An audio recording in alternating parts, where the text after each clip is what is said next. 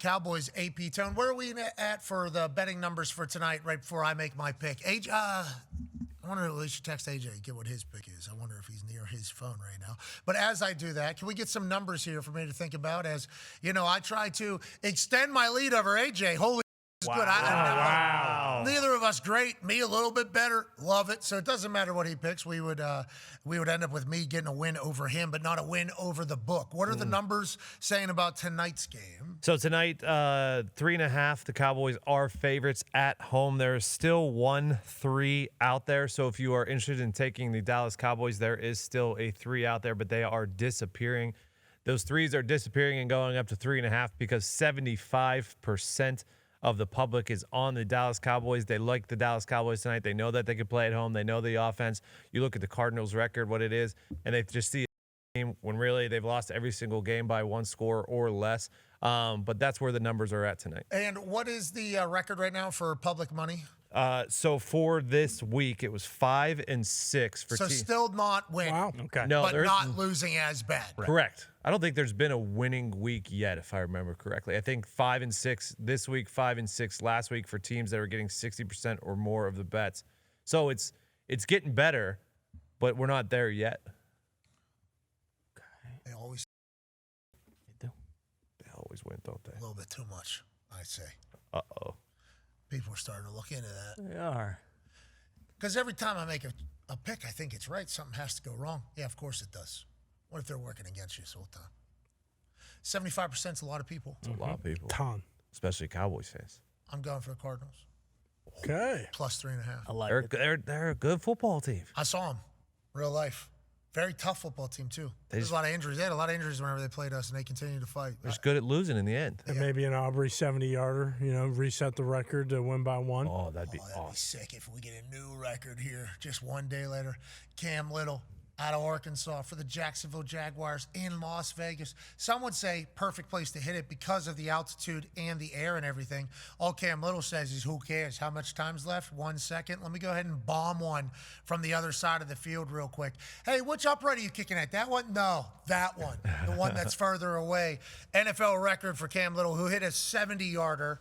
Obviously, this preseason, and the game has changed with these dudes. These dudes bomb balls. Cam Little, okay, obviously last name being Little, but I don't think he's like necessarily biggest or tallest kicker that's out there either. I am very fascinated by how strong this guy's leg is. His leg speed has to be so insane that he's able to make up for the pure force of the bigger lad. You think about designated hitters or any good hitters, that's like kind of generates stuff. Usually bigger bodies, stronger bodies. Think about golf, who's driving the ball, a little bit bigger bodies. Bryson DeChambeau was eating 8 protein shakes a day so he could get bigger and stronger so that he could hit the ball further. Like everything that's explosive normally with a lot of mass and explosion. Cam Little, not like a massive dude, bombs the ball. And the fact that he can bring in his own game ball from practice that's beat up a little bit, special talent. And I'm so pumped for Liam Cohen. Liam Cohen said, it was like we won a Super Bowl in that moment. Everybody was very happy. Everybody knew what was at stake. Everybody knew what happened. And then, they'd also go on to win this game in overtime because the Raiders would say, you know what, for the good of football, we won't kick the extra point and tie this with 18 seconds in overtime. So it was a spectacular game. Cam Little's kick was awesome. And, maybe Aubrey answers tonight with a 69-yarder, and he's going to start crawling up the board. He's listed at 6'1", 172, so he's a wiry fella.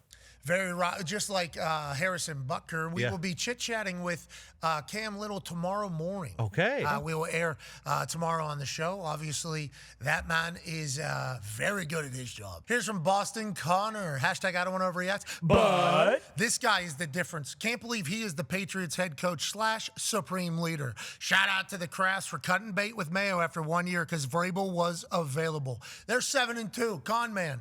Vrabel culture shift completely felt. Do you feel like not only with the Patriots but the entire region maybe? Yeah, without a doubt. And it's just like his attitude on the sideline, which is so great because it is still a young team. So a lot of times mistakes will happen throughout the game and, they'll come over and Vrabel's basically saying like, hey, Come on, lighten up a little. And it's as small as, the Patriots not finishing in the red zone and just kicking a field goal instead of scoring a touchdown, and Vrabel still hyping the boys up. Him celebrating that photo was from him celebrating with Stefon Diggs after his second touchdown. But, yeah, the guy that Drake May just threw it to, Pop Douglas, his uncle passes away on Saturday night. He goes out there, still plays off on Sunday. I believe there's a similar situation with the Chargers player as well, and it feels like those types of places, players wanting to be there and perform, whether without no matter what's going on around them. I feel like that's a good reflection of the leaders inside of those organizations, and Vrabel and Harbaugh in those two examples. But just having one of those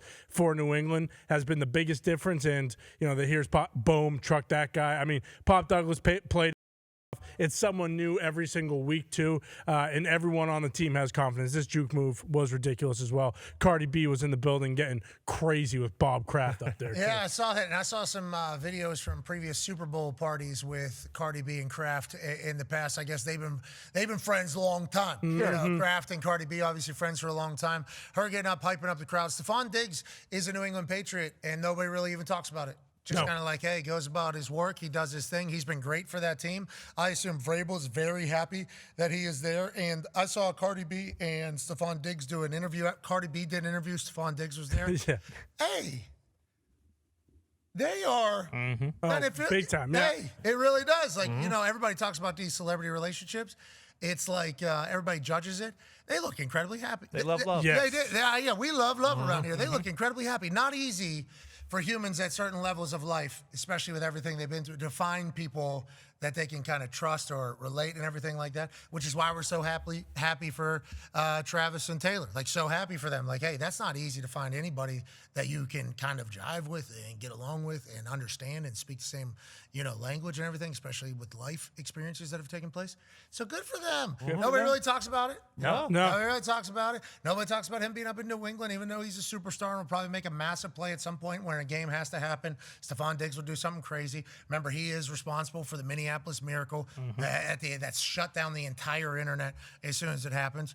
It feels like everything kind of under the radar up there in New England. And whenever these primetime games at the end of the season start happening, which I assume will take place, everybody's going to be like, wow, I didn't know. It's like, yes, this team has been like this. And you kind of expected it as soon as Vrabel was the projected head coach. It definitely wasn't even to this level. Like, I was trying to kind of talk myself into 9 wins. I might have said multiple times they're going to win 12 games. Did I mean that? No, I would not say that. But now, Universe. Yeah, it's hard not to argue that. But Cardi B, too, I think that was the first game she's been at. She is about to give birth to Stefon Diggs and her baby, so I assume she's there for that in the coming weeks. And then, yeah, with Vrabel, I mean, it kind of goes back to everything that Bob Kraft and the Kraft family have done after Belichick. Now they're kind of they aren't, but they could kind of take a victory lap. But I'm glad they're not, and I'm glad we're just focused on Vrabel and the team.